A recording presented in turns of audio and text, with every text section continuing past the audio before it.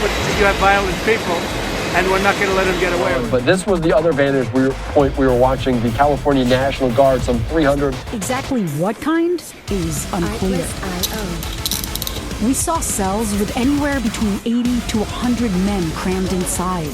We are not allowed. Meet Erik Prince, a future captain of the booming industrial deportation and prison complex. Mr. Prince was the founder of Blackwater, a paramilitary organization often hired by the United States government. Basically, Erik Prince could be considered a wartime profiteer in the modern age. He may be a comic book villain, an actual comic book villain in real life. I shit you not, this guy is horrible. The infamous Blackwater, now Academy, was responsible for the Nisour Square massacre that occurred on September 16, 2017. It killed 17 Iraqi civilians and wounded 20 others. This happened while they were escorting for U.S. officials. They were acting as security, basically. The claim made by Blackwater was that they had been ambushed and they were using appropriate force in response. But eyewitnesses and future investigations would prove no such evidence of an attack. Instead, the massacre, the one brought on by the Blackwater Goon Squad, appeared to be unprovoked. In fact, in 2008, the FBI found that at least 14 of the 17 killings at Nisour Square were completely unjustified. As a result, 4 Blackwater contractors were charged with manslaughter and firearms violations. Yeah, that seems appropriate. This led to civil lawsuits, which were settled for an undisclosed amount. In addition, Blackwater faced lawsuits from former employees alleging fraud and human rights violations. Eventually, the Iraqi government revoked Blackwater's license to operate within their borders. The State Department didn't renew Blackwater's primary security contracts in Iraq. Even though the company lost millions in government contracts, they were able to shift their focus to other regions.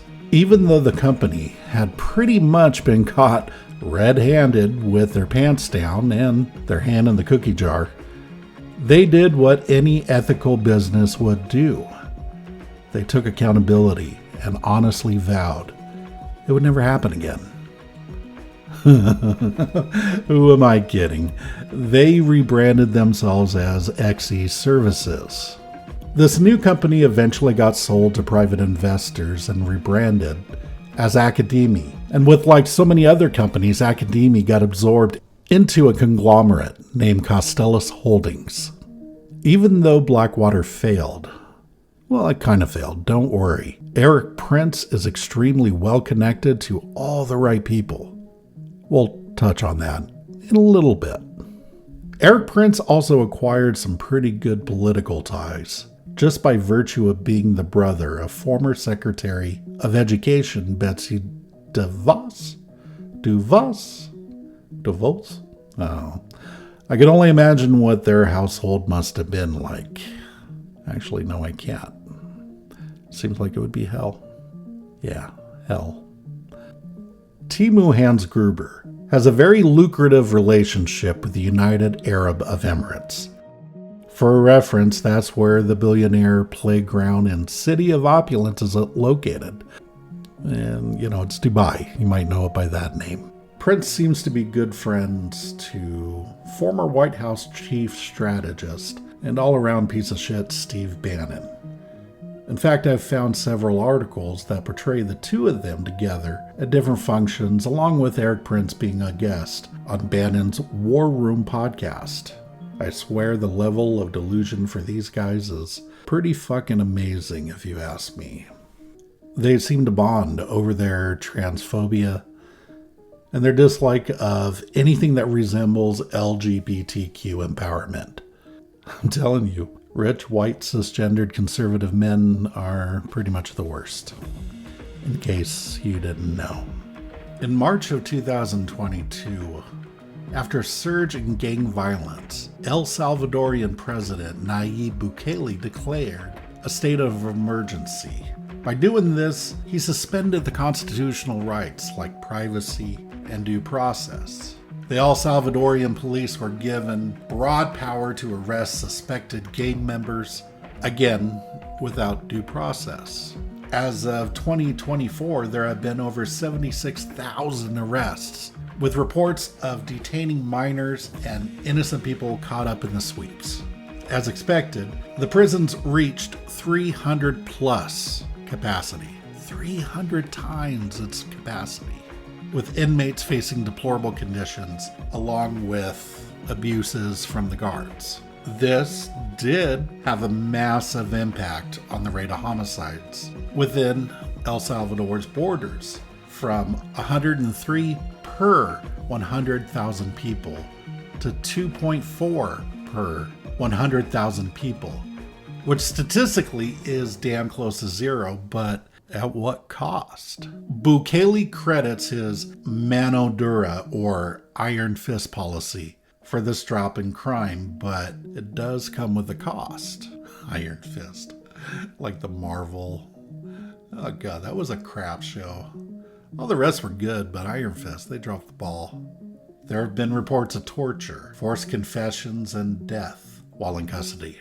This has gotten the attention of organizations like Human Rights Watch and Amnesty International. Bukele has also weakened El Salvador's judicial independence by removing dissenting judges. This, along with other stuff, has helped consolidate power with Bukele. And honestly, I can see why Mango Mussolini likes him so much.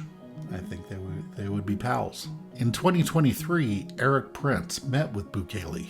Now, there's no record or details of their conversation, but it sparked speculation about potential private security cooperation with Bukele's mano dura. In a way, this was a match made in heaven, with Bukele's suspension of civil liberties and the building of CCOT, that huge fucking prison, aligned perfectly with Prince's pro-private security and anti-gang ideology. Prince has advocated outsourcing law enforcement to private military companies in crisis areas like Afghanistan and parts of Africa.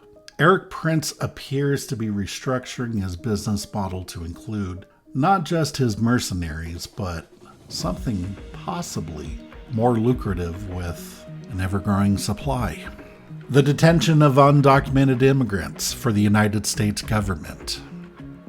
Mayo-era Killmonger has recently formed an LLC registered in Wyoming named 2USV. This LLC will establish a logistic chain for the mass kidnappings of undocumented immigrants. They plan to remove 100,000 victims from U.S. detention facilities and house them in a 10,000-person detention camp within El Salvador. Yeah, you heard that right. A building designed for 10,000 people will house 10 times that amount, and that's just from our country. Eventually, the goal is to build out the prisons to accommodate 100,000 people.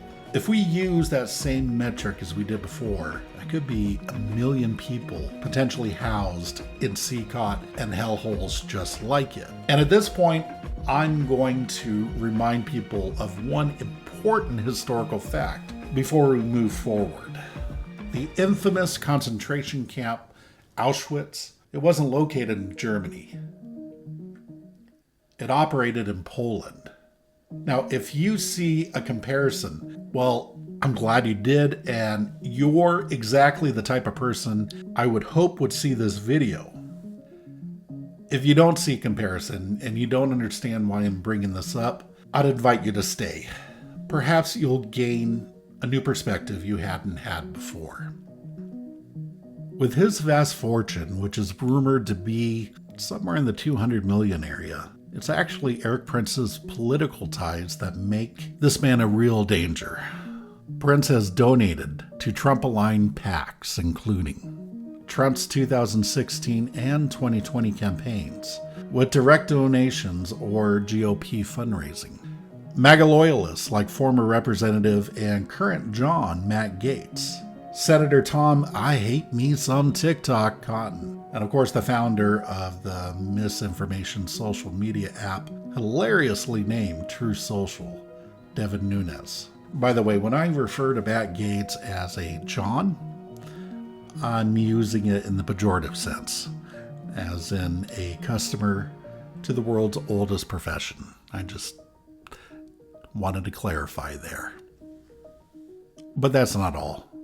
Prince also backs super PACs like the Rebuilding America Now, which is often referred to as a conservative dark money network. The thing about super PACs is that they are under far less scrutiny than traditional PACs. They often come with built-in loopholes to funnel money to pretty much wherever you need it to go.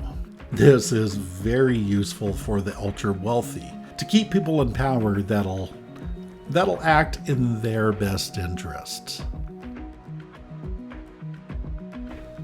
The U.S. Supreme Court recently ruled in the Trump v. JGG that detainees need access to habeas corpus. For those who aren't scholars in law, Latin, or fans of the longtime cop/law procedural show Law and Order, habeas corpus means a person must go before a court to secure their release unless lawful grounds are shown for their detention. Basically, if you're jailed, you go to court and try to prove your innocence, and the state will try to prove your guilt. Habeas corpus, it applies to everybody, anybody who resides within the borders of the United States, not just U.S. citizens. Anybody who tries to tell you that, they're pushing their own agenda, which is not backed by the Constitution. A great example of the dangers of denying habeas corpus would be the current illegal kidnapping and unlawful imprisonment of Kilmar Abrego Garcia, who was deported to El Salvador's CCOT prison, despite court orders that protected him. Abrego Garcia held a withholding of removal status. It's a form of legal protection granted by a U.S. immigration's judge. This protection barred Abrego Garcia's deportation to El Salvador due to his very credible fear of persecution by the Barrio 18 gang. It's important to note that this was an asylum which could potentially hold a path to citizenship. However, this withholding of removal status did allow for him to work and live in the U.S. legally. Abrego Garcia did just that by marrying an American citizen and being a father to their kids, including their autistic son.